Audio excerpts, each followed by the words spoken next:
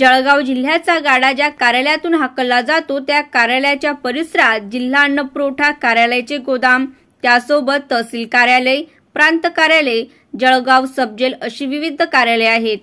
विशेष म्हणजे जिल्हाधिकारी कार्यालयाच्या आवारात सीसीटीव्ही कॅमेरे 24 तास कार्यरत असून देखील या परिसरात विशेषतः पुरवठा विभागाच्या गोदाम परिसरात हाय-फाय ब्रँडच्या दारूच्या बाटल्यांचा खच पडल्याचे दिसून येत आहे।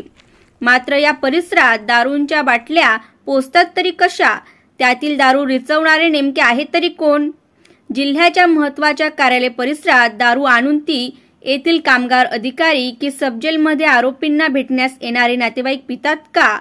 पीत असतील तर याची माहिती कोणालाच नसावी हा संशोधनाचा विषय असून येथील सीसीटीव्ही कॅमेरे बघतात तरी कोणाला, असा सवाल उपस्थित होत आहे।